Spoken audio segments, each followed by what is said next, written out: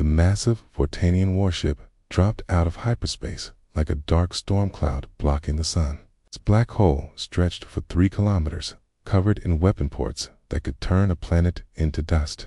Admiral Kekstar stood on the bridge, his 6 arms crossed behind his back as he watched the small human mining station on Europa grow larger on the main screen. "Another weak species," he said to his second-in-command, General Vexron. "Look how small their defenses are. They will surrender within the hour." Vexron nodded his massive head. The Vortanians had conquered 17 star systems using the same simple plan.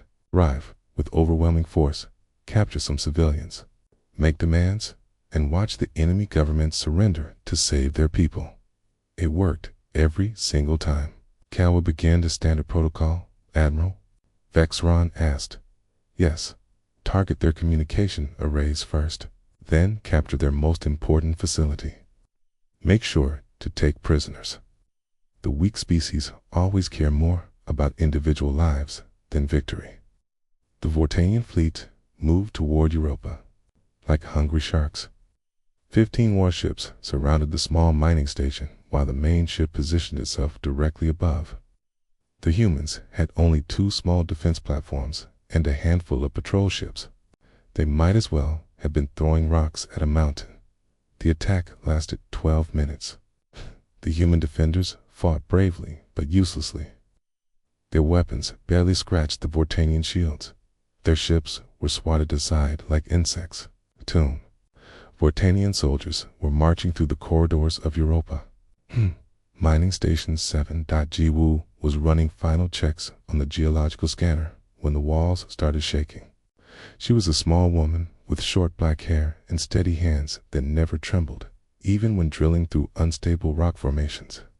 She had served in the Earth Defense Corps for 8 years before becoming a mining engineer. Tick. Sirens started wailing. Her military training kicked in immediately. "All civilians to emergency shelters," she announced over the station intercom. "This is not a drill."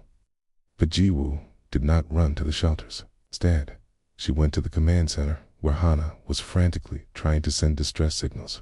To Earth, Hana was the station's senior communications officer, a quiet woman who knew more about deep space networks than anyone else in the outer colonies. Her fingers flew across the control panels as she tried every emergency frequency. "The main transmitter is down," Hana reported. "But I can still reach the relay stations. Earth will know what happened here." In the medical bay, So-young was preparing emergency supplies. She was the station's chief medical researcher, specializing in alien biology for the past 3 years. She had been studying samples from various species to develop better medical treatments for humans working in alien environments. Her research had given her detailed knowledge of 17 different alien physiologies, including some very interesting weaknesses. The Vortanian soldiers found them exactly where they expected to find humans during an attack, in the command center, trying to call for help. "You will come with us," the lead soldier announced in broken English. His translator device made his voice sound like grinding metal. "You are now prisoners of the Vortanian Empire." The soldiers wore heavy armor that made them look like walking tanks. They were twice as tall as humans and 3 times as wide. Their weapons could punch holes through steel walls. They moved with the confidence of predators who had never met. Anything that could fight back, Wu, Hana, Ha, and So-young were taken to the main Vortanian ship along with 15 other humans from the station. The prisoners were placed in a large holding cell with transparent walls so they could see the Vortanian crew moving around outside. "Look at them," one Vortanian guard said to another. "So small and weak. How did this species ever develop space travel? Their males must do all the real work," the other guard replied. "These females are probably just used for breeding." The guards laughed as they walked away. They did not notice Jiwoo studying the energy patterns in the walls around their cell. They did not see Hana memorizing the layout of the ship's communication systems. They did not realize that Saw Young was carefully observing their breathing patterns, skin color changes, and behavioral responses. Admiral Kekstar summoned his communication officers to the bridge. Prepare a message for the human government on Earth. Use the standard surrender demand format. The message was recorded and broadcast on all frequencies toward Earth. Admiral Kekstar appeared on screen in his full military uniform. His 6 arms spread wide to show his authority. Humans of Earth, he began. I am Admiral Kekstar of the Vortanian Empire. We have captured your mining station and taken your people prisoner. We have 17 of your females in our custody. You have 48 hours to surrender your planet to Imperial control. If you refuse, these prisoners will be executed, and we will destroy every human settlement in this system. You cannot fight us. You cannot hide from us. Surrender now, and your species will be allowed to serve the Empire. Resist, and you will be eliminated. The message was sent toward Earth, along with video footage of the human prisoners in their cell. The Vortanians expected a quick response, maybe some desperate pleading, possibly an immediate surrender. They had seen it all before. What they did not expect was silence. Hours passed with no reply from Earth. Admiral Kekstar began to pace the bridge. Why are they not responding? All species respond to our demands within hours. Perhaps they are debating among themselves, General Vexrin suggested. Some species have complicated government systems. They may need time to reach a decision. Or maybe they do not care about these prisoners, another officer said. Some species abandon their weak members when threatened. Admiral Kekstar considered this possibility. No, that cannot be correct. Our intelligence reports show that humans form strong emotional bonds. They will respond. They always do.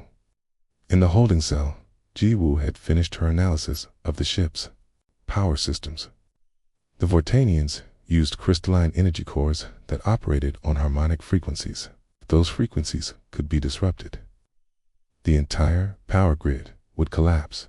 Hana had been quietly accessing the ship's communication array through an emergency maintenance port she had spotted near their cell. Her fingers worked carefully to avoid triggering security alarms while she established a connection to human.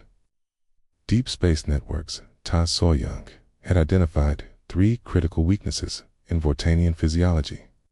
Their respiratory system was vulnerable to certain atmospheric changes. Their nervous system could be disrupted by specific biological compounds, and their metabolism required a narrow range of environmental conditions to function properly. The 3 women exchanged glances. They did not speak. They did not need to. Each had reached the same conclusion. The Vortanians had made a serious mistake. They had assumed that capturing human women would make the humans surrender. They were about to learn why that assumption was wrong. Earth's response finally came 36 hours later. It was not the surrender Admiral Kekstar expected. It was not a desperate plea for negotiation. It was a single sentence that would change everything. You have 12 hours to release our people. This is your only warning. Admiral Kekstar stared at the message in disbelief. Warning. They are giving us a warning. Do they not understand who we are? General Vexrin laughed. 12 hours. What do they think they can do in 12 hours? Their entire fleet could not damage a single one of our ships. But in the holding cell, 3 human women smiled for the first time since their capture. The countdown had begun. The message reached Earth 12 hours after the Vortanian ultimatum. In the Global Defense Council building in Geneva, emergency alarms were ringing. Politicians and generals rushed through corridors, their faces grim as they watched the alien broadcast on every screen.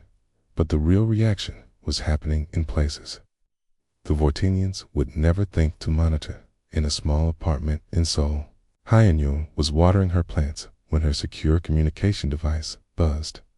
The 60-year-old woman had been retired from the Earth Defense Corps for 5 years. but some connections never truly ended. She read the message twice, then walked to her closet and pulled out a black box she had hoped never to use again. Inside, the box was a single red button and a list of names of women who had served, who had lost someone, who had been waiting for this moment without knowing it would ever come. Ha Young pressed the button across the globe. Similar devices activated. In London, a cargo ship captain named Yoonji received the signal while loading supplies for the Mars colonies. In Sydney, a former diplomat called Mina was teaching her daughter to ride a bicycle when her phone buzzed with a message that changed everything within 1 hour. The silent network was fully active. The silent network had been created 15 years ago after the Proxima Centauri incident. Pirates had attacked a human colony and taken hostages, but the official response had been slow and careful, full of committee meetings and diplomatic protocols. By the time help arrived, it was too late for many families. The surviving women had made a promise that day. If it ever happened again, they would not wait for official responses. They would not rely on government bureaucracy. They would take action themselves. Ha-Young had been the one to organize it. She had lost her daughter in the Proxima attack, and she knew that maternal instinct scaled up to species level was the most powerful force in the universe. The network included former military officers, engineers, doctors, pilots, and scientists. Women who had skills and women who had resources. Women who had been preparing for this exact situation. In her apartment, Hyeonju opened her laptop and began typing. The first message went to every active member of the network. The second message went to every human woman serving in the military across all colonies. The third message went to civilian networks, teacher groups, medical associations, and engineering societies. The message was simple. They took our sisters. 12 hours to respond. Operation Fury is active. Yoonji read the message while standing in her ship's cargo bay.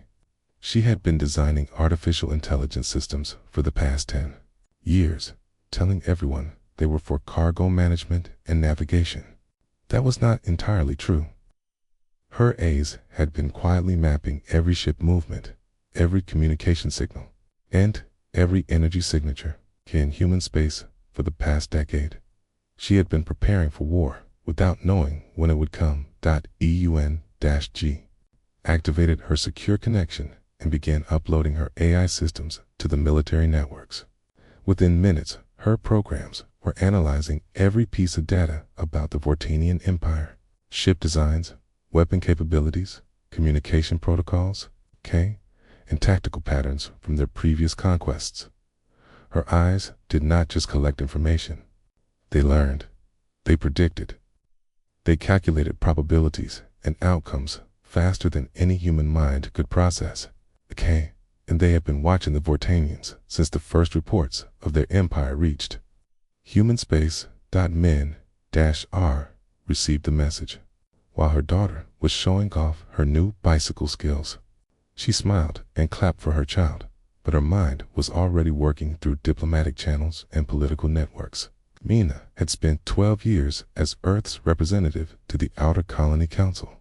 She knew every human settlement, every trade route, and every political leader in human space. More importantly, she knew how to make them work together. Min-A made her first call to the governor of the Mars colonies. Her second call went to the mining guild representatives on Titan. Her third call connected her to the transport union leaders who controlled most of the cargo ships moving between systems. Emergency council session. She told each of them, full colonial representation. We need unity, and we need it now. The Vortanians had made their ultimatum, expecting fear and panic.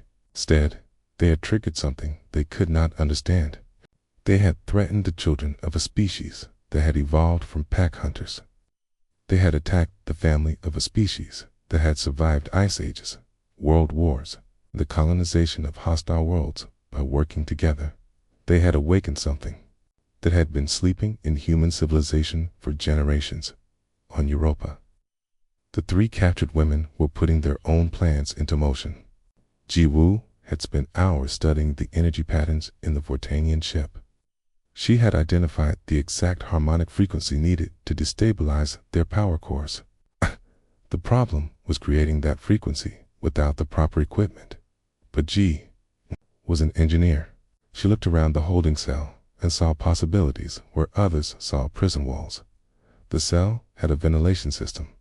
The ventilation system had metal ducts. Metal ducts could be made to vibrate at specific frequencies if you knew how to manipulate airflow and pressure. It would take precise calculations and perfect timing. But it could be done. Hana had successfully accessed the ship's communication array through the maintenance port. She was being very careful, taking only small amounts of data and leaving no traces of her presence. She had already mapped the ship's internal communication system and identified the frequencies used for ship-to-ship coordination. More importantly, she had established a connection to the human deep space relay network. Her messages were being sent to every human settlement in the galaxy. It's carried by quantum entanglement communicators that the Vortanians did not even know existed. So-young had been watching the Vortanian guards for hours, taking notes on their physical responses to different stimuli. She had identified their breathing patterns, their metabolic cycles, and their behavioral triggers. The Vortanians were physically powerful, but they had evolved on a planet with very specific atmospheric conditions. Human settlements used different atmospheric mixes for different purposes. Some mining operations used oxygen-rich environments. Some research stations used nitrogen-heavy atmospheres. Some agricultural colonies used custom gas mixtures to optimize plant growth. So-young had access to the medical bay's atmospheric controls. She could adjust the gas mixture in their section of the ship to create conditions that would make the Vortanians sick without harming the human prisoners. But she needed the right moment to act. On Earth, the 12-hour deadline was approaching. The Global Defense Council was still debating their response, but the real action was happening outside official channels. Hyun-Jung had activated every cell of the silent network. Former military officers were taking control of defense platforms. Engineers were modifying civilian ships for combat. Doctors were preparing for casualties. Teachers were organizing evacuation protocols for children. The network had been designed to operate independently of government approval. It had its own funding, its own equipment, and its own authority structure. When the government was too slow or too careful, the network would act. EU Unjize had finished their analysis of the Vortanian Empire. The results were surprising. The Empire was not as strong as they appeared. They relied on fear and overwhelming first strikes to win battles. They had never faced an enemy that could coordinate multiple simultaneous attacks across vast distances. Their ships were powerful, but not flexible. Their tactics were proven, but predictable. Their communication systems were sophisticated, but centralized. Every strength had a corresponding weakness, and Yenji's eyes had found them all.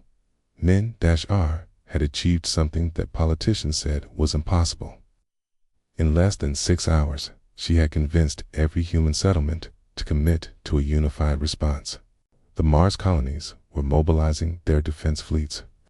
The asteroid miners were converting their ships to carry weapons. The transport captains were volunteering to carry troops and supplies for the first time in human history. Every colony and settlement was working toward a single goal. The Vortanians expected their ultimatum to create panic and division. Instead, it had created unity and purpose. They had threatened the wrong species at the wrong time in the wrong way as the 12-hour deadline approached. Admiral Kekstar stood on his bridge waiting for Earth's surrender. He was confident and relaxed. The humans would capitulate, just like every other species before them. He had no idea that his ship was surrounded by invisible signals, carrying coordination data between human settlements. He did not know that his communication protocols had been cracked by AS that had been studying his empire for years. He could not imagine that 3 small human women in his holding cell were preparing to cripple his ship from the inside. Deadline arrived. Admiral Kekstar waited for the surrender message. Instead, he received something else entirely. Earth's response was broadcasted on every frequency simultaneously. It was not a message of surrender. It was a declaration of war. But it was not the kind of war the Vortanians understood. It was not armies marching across battlefields or fleets meeting in open space. It was something far more dangerous. It was the coordinated response of an entire species that had just learned their family was in danger. The awakening was complete. The 12-hour deadline passed at exactly 0800 Earth Standard Time. Admiral Kekstar stood on his bridge, watching the communication screens for Earth's surrender message. His officers waited behind him, confident and relaxed. They had done this 17 times before. The surrender message never came. Instead, every alarm on the Vortanian ship started screaming at once. "Admiral," the tactical officer shouted, "we have multiple contacts approaching from all vectors." Hundreds of ships. Admiral Kekstar spun around to look at the main display. The screen showed dozens of red dots converging on their position from every direction. Ships were dropping out of hyperspace in perfect coordination, surrounding the Vortanian fleet like a closing fist. "Impossible," he whispered. "Where did they come from?" The answer was simple, but Admiral Kekstar could not comprehend it. The ships came from everywhere. Mining vessels from the asteroid belt, modified with weapon systems. Transport ships from the Mars colonies, carrying marines and assault equipment. Research vessels from the outer planets, equipped with experimental weapons. Even civilian ships had joined the fleet, their cargo holds filled with volunteers, ready to fight. Hyanun commanded the operation from the bridge of the Earth defense ship Unity. She had not worn a military uniform in 5 years. Peace, but it felt natural on her shoulders again. Round her, officers worked with deadly precision, coordinating the movements of over 300 ships. "All units, this is command," she spoke into her communicator. "Operation Fury is now active. Remember, we are not here for conquest. We are here for our sisters." The Vortanian fleet tried to respond, but they faced a problem they had never encountered before. Human ships did not attack in the predictable patterns they expected. Instead of charging forward in formation, the human vessels moved like a pack of wolves, striking from multiple angles simultaneously. Yonji's artificial intelligence systems had been uploaded to every human ship in the fleet. Her AI coordinated the attack with mathematical precision, calculating firing solutions and movement patterns faster than any biological mind could process. Every human captain received exact instructions on when to fire, where to move, and how to avoid enemy weapons. The Vortanians had superior firepower, but the humans had superior coordination. The first wave of human attacks targeted the Vortanian communication systems. Yunji's AI had identified the exact frequencies used by the enemy fleet. Human ships equipped with electronic warfare systems jammed every communication channel simultaneously. Within minutes, the Vortanian ships could not talk to each other. They were fighting blind, unable to coordinate their superior firepower.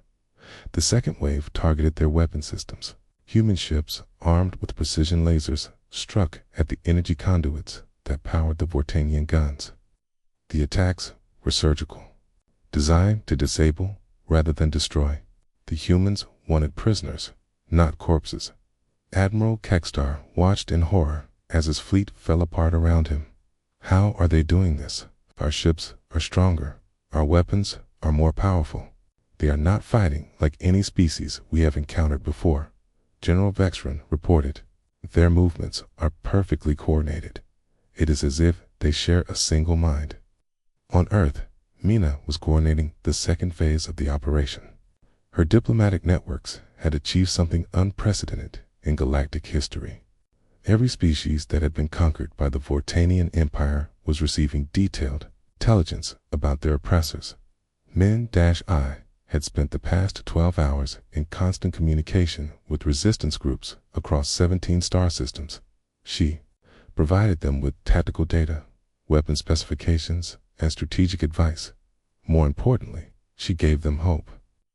The Vortanians can be defeated, she told the leader of the Kelvic resistance on their home world. We are proving it right now. When their fleet is crippled, strike at their supply bases. We will provide you with the coordinates. Similar conversations were happening across the galaxy. The Zephyrian rebels received plans for sabotaging Vortanian mining operations. The Altarian freedom fighters got intelligence about weak points in Imperial fortifications. The Centauri Underground obtained codes for hacking Vortanian computer systems. The galaxy-wide rebellion began exactly as Mina had planned. On the Vortanian flagship, chaos was spreading. The ship's systems were failing, one by one, as human electronic warfare specialists worked their way through the vessel's computer networks. Emergency lighting flickered in the corridors. Artificial gravity fluctuated unpredictably. Life support systems struggled to maintain proper atmospheric conditions. In the holding cell, Ku was ready to execute her plan. She had spent hours calculating the exact vibrations needed to destabilize the ship's power cores. The ventilation system was her weapon, and she had figured out how to turn air ducts into tuning forks. When I give the signal, she whispered to Hana and Soyoung, be ready to move. Ji Woo began her work, using pieces of debris to block and redirect airflow through the ventilation system. The metal ducts started to vibrate at precisely the frequencies she had calculated. The vibrations spread through the ship's structure, growing stronger as they resonated with the crystalline power cores deep in the ship's engine room. The energy crystals began to crack. Ha-Na was ready with the second part of their escape plan. She had spent hours mapping the ship's communication systems. She knew exactly which circuits to overload to create maximum confusion. Her fingers flew across the hidden control panel as she sent false emergency signals throughout the ship. Suddenly, every Vortanian crew member received alerts about fires, hull breaches, and system failures that did not exist. The crew ran in all directions, trying to respond to dozens of fake emergencies. Soyoung activated the final element of their plan. She had identified the atmospheric controls for their section of the ship, and she began adjusting the gas mixture. The oxygen levels dropped slightly, while nitrogen levels increased. The changes were subtle, but they had a dramatic effect on Vortanian physiology. The guards outside their cell became dizzy and confused. Their reaction time slowed. Their coordination suffered. Within minutes, they were struggling to stand upright, gasping for air that no longer provided the chemical balance their bodies needed. The three women looked at each other and nodded. It was time. Ji Woo's harmonic attack reached its peak. Ship's power cores destabilized simultaneously, causing massive energy fluctuations throughout the vessel. Emergency power kicked in, but it was not enough to maintain full ship operations. The lights went out. The force field keeping them imprisoned flickered and died. Han's communication attack had scattered the crew across the ship unmeaningless. Emergency calls. The corridors outside their cell were empty. Soyoung's atmospheric manipulation had rendered the remaining guards unconscious. They lay on the floor, breathing but unable to move.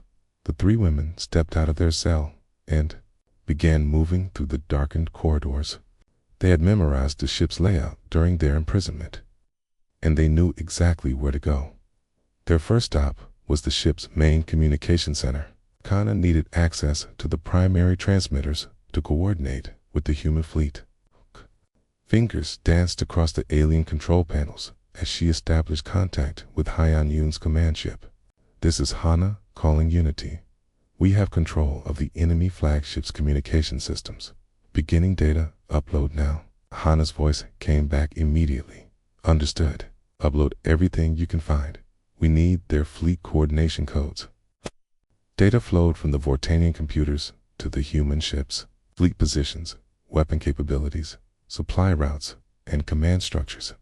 Everything the humans needed to complete their victory. Ji-woo made her way to the engineering section. The ship's power systems were in chaos, but she could make them worse. Her knowledge of crystalline energy technology allowed her to identify critical control nodes.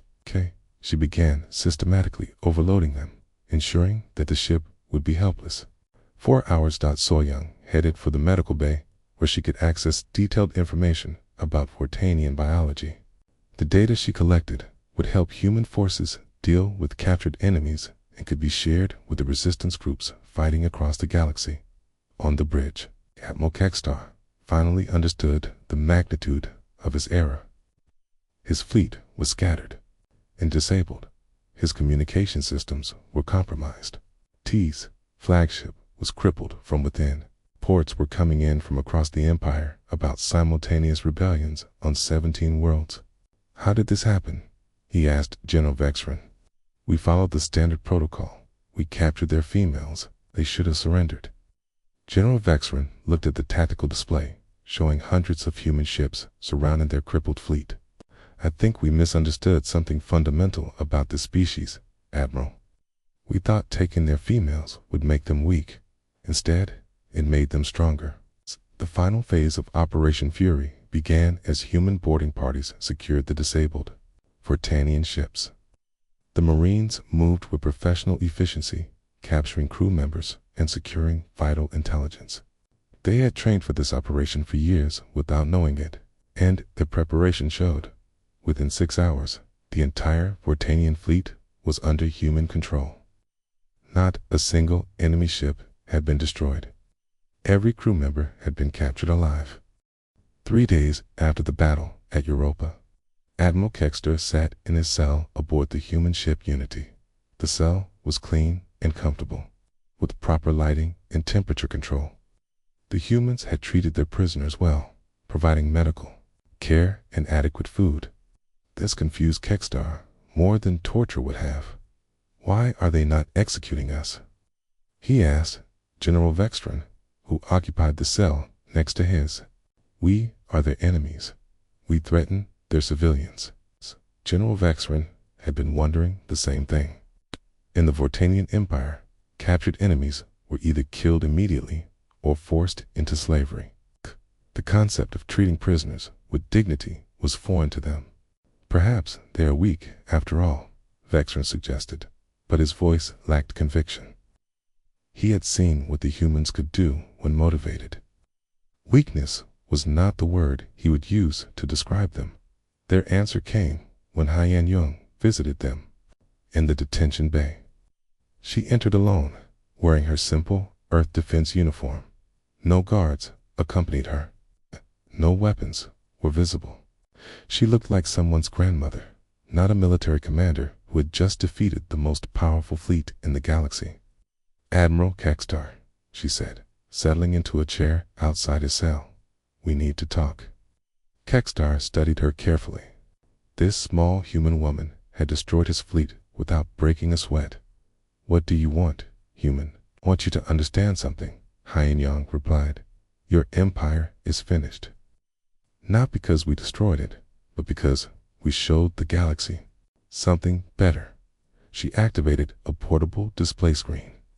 The image showed Kelvac Prime, one of the worlds the Vortanians had conquered 3 years earlier. But instead of the oppressed population, Kekstar remembered, he saw something impossible.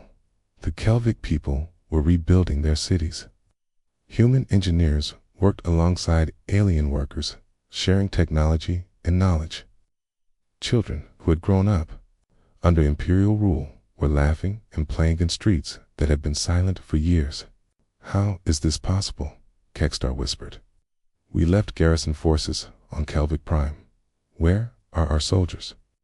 Your soldiers joined the reconstruction effort, Hyan Young said calmly. Once they understood, they had a choice. Most of them chose peace over war. The screen changed to show another world, then another. Every former imperial territory displayed the same scene. Humans working with local populations to rebuild what the Empire had destroyed. Former Vortanian soldiers laying down their weapons and learning new skills.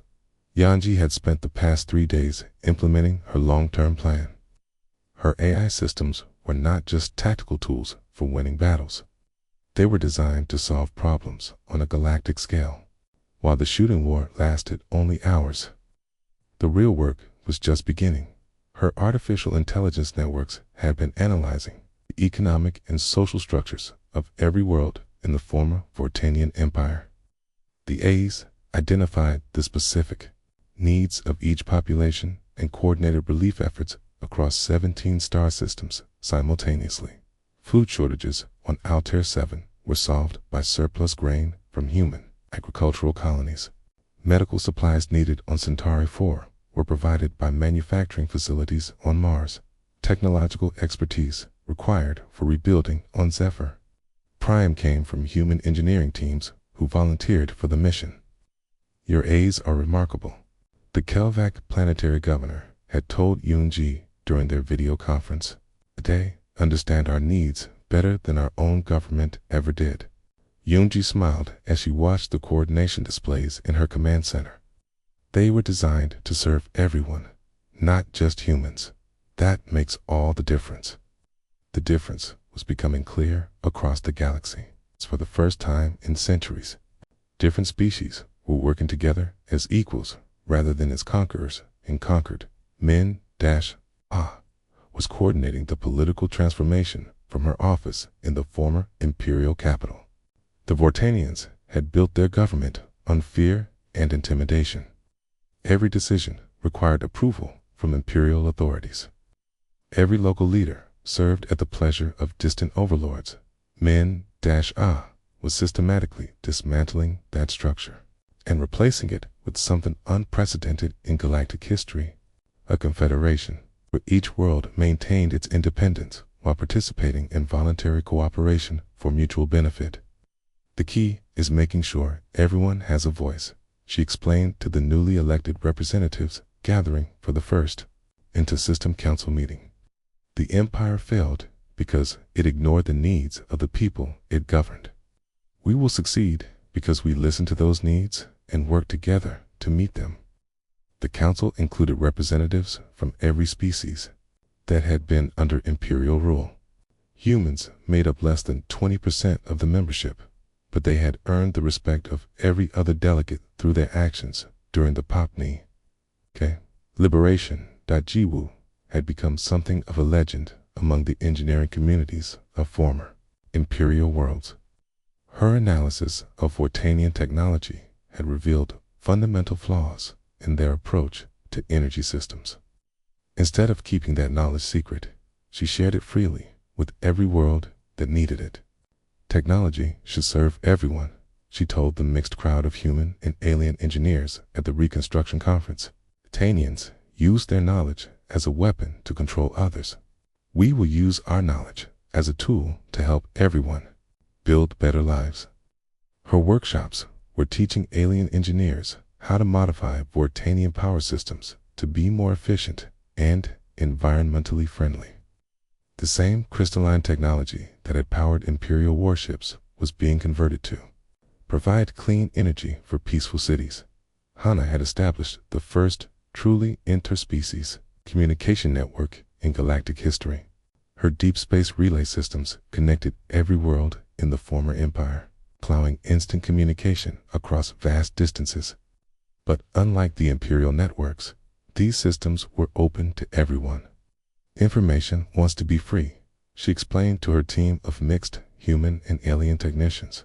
The empire controlled what people could say to each other. We are giving them the tools to say whatever they want, to whoever they want.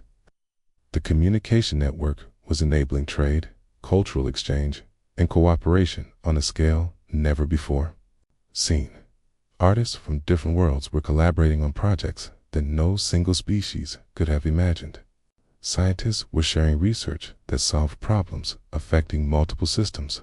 So Young had made perhaps the most important discovery of all. Her research into Vortanian biology had revealed that their aggressive behavior was not natural.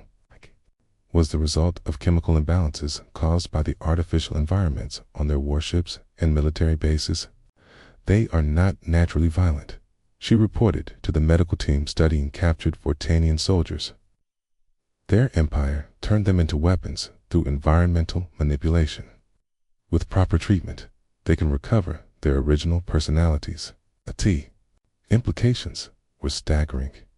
Every Vortanian soldier could potentially be rehabilitated and reintegrated into peaceful society. The enemy that had seemed so implacable was actually a victim of their own system. Back in his cell, Admiral Kexter was beginning to understand the magnitude of what had happened. The humans had not simply defeated the Vortanian Empire. They had made it irrelevant. They did not beat us with superior weapons, he said to General Vexron. They beat us with superior ideas.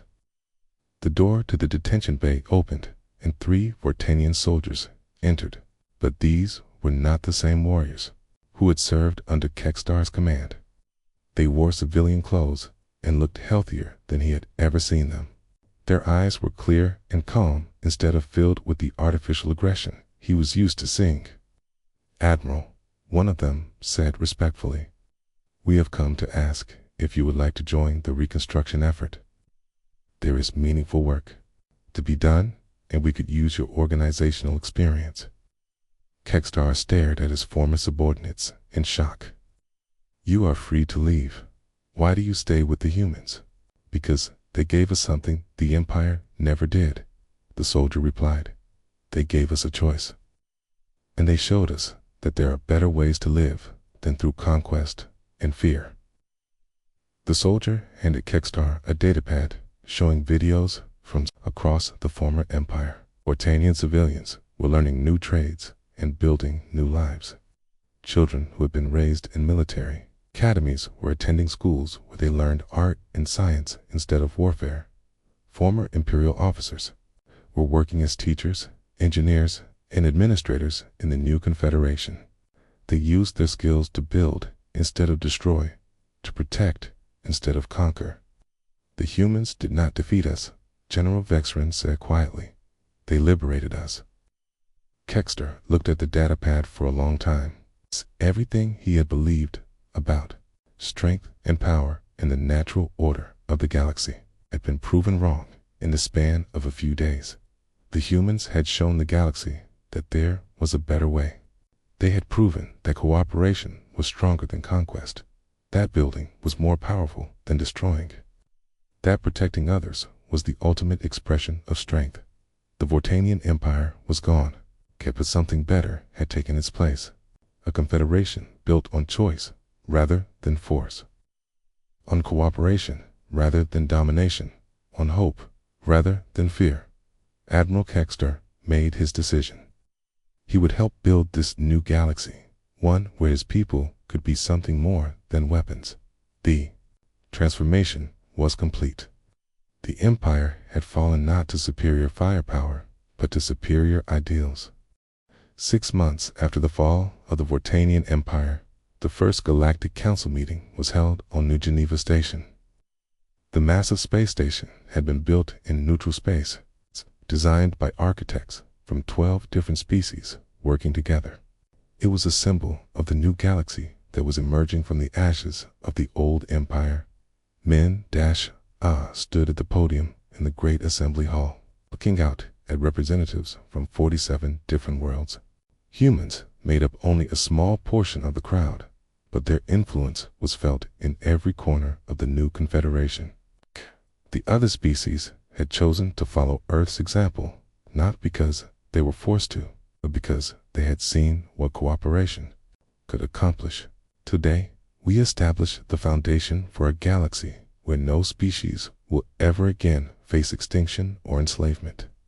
Mina announced to the assembled delegates, today, we create laws that protect the weak and guide the strong. The first law was written in simple language that could be understood by every species represented in the hall. It was inspired by what had happened to the 3 human women on Europa, and by the response their capture had triggered. Galactic Rule Number 1. Mina read from the official document. The safety and dignity of all sentient beings, regardless of species or gender, is sacred and cannot be violated. Any entity that threatens civilian populations, particularly through hostage-taking or intimidation, will face immediate and total response from the Allied systems. The applause was thunderous. Representatives from species that had suffered under Imperial rule stood and cheered. But Mena knew that the real rule, the one that would be whispered in spaceports and trading stations across the galaxy, was simpler and more direct. Never cross Earth's women. The Empire forgot, and now there is no Empire, but Hein Jung had been elected as the first admiral of the Allied fleet, a position that carried enormous responsibility, but no desire for conquest. The new fleet was built on entirely different principles than any military force in galactic history. Instead of spreading fear and demanding tribute, it existed to protect trade routes, respond to emergencies, and prevent any future empire from rising to threaten peaceful worlds. Standing in her office aboard the flagship Harmony, Hein Yom reviewed reports from across the galaxy. Pirate attacks had dropped to almost zero because criminals knew that any attack on civilians would bring swift justice. Trade was flourishing because merchants could travel without fear.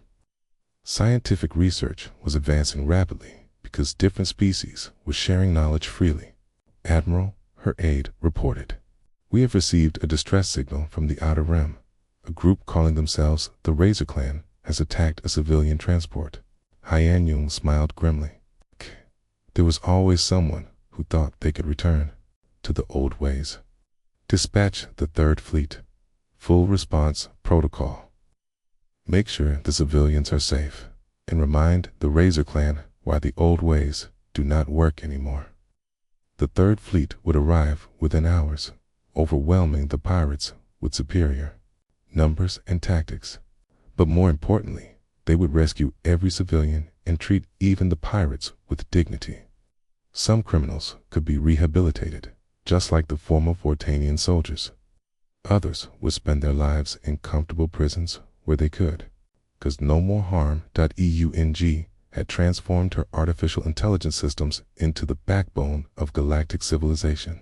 Her aides now managed trade routes, coordinated scientific research, and helped solve disputes between different species. But their most important function was education. Every child in the galaxy now had access to the same quality of education, regardless of which world they were born on. Human teachers worked alongside alien educators to create learning programs that celebrated diversity while teaching universal values of cooperation and respect. The A's are not replacing teachers, Yoonji explained to a conference of educators from 20 different species. They are giving teachers the tools they need to help every child reach their full potential. The results were already becoming visible.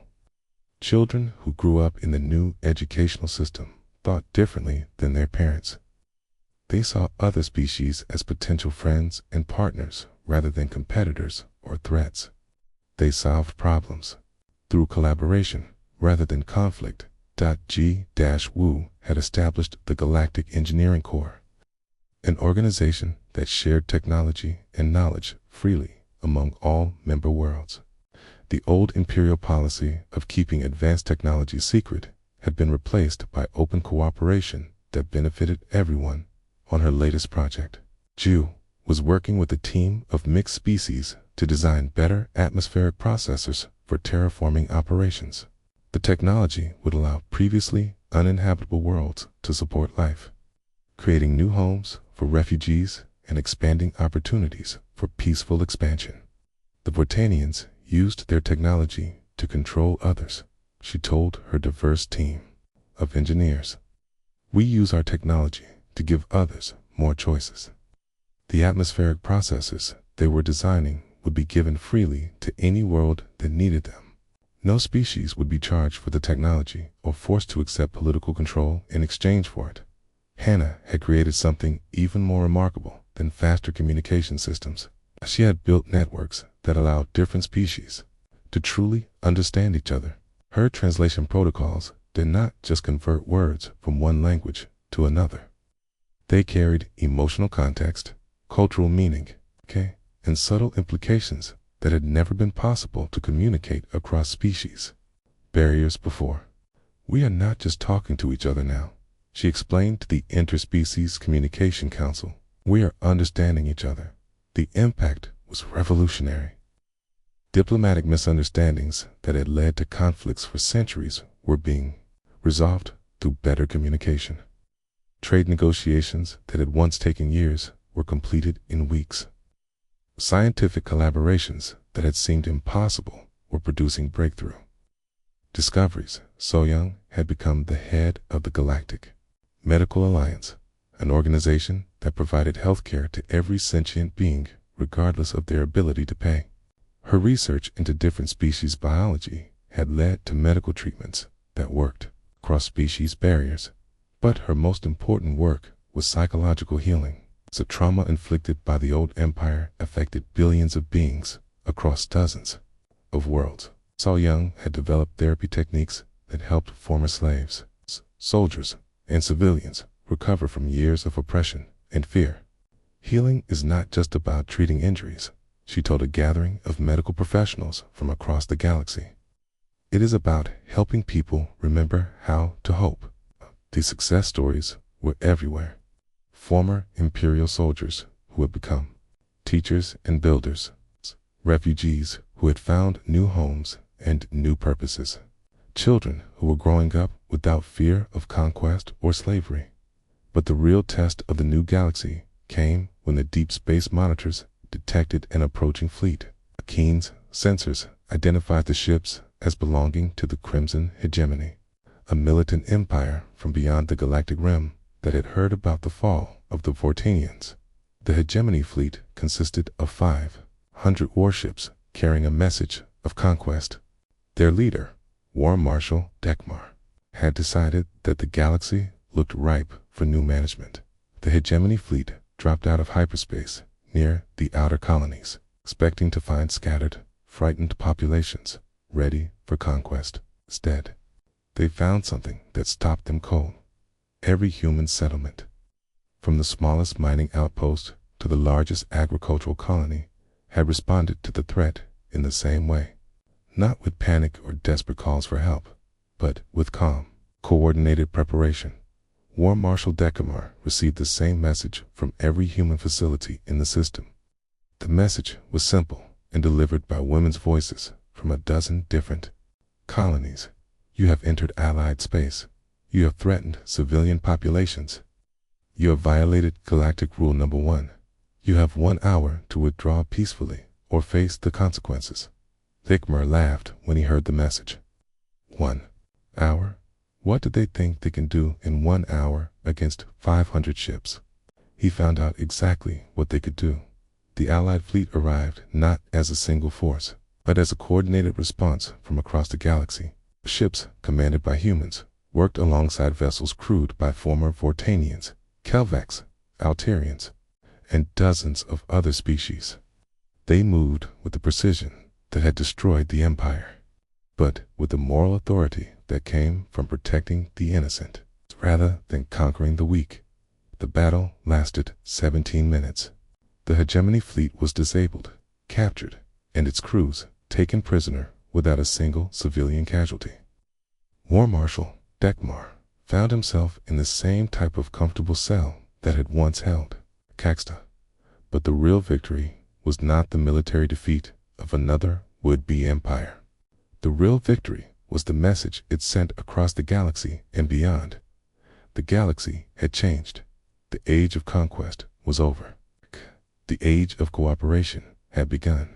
In spaceports and trading stations, from the galactic core to the outer rim, the story spread. Another empire had tried to threaten Earth's people. Another empire had learned why that was a mistake. The new rule was simple and absolute. Threaten the innocent and face the united response of an entire galaxy. Attack the weak and discover what strength really means.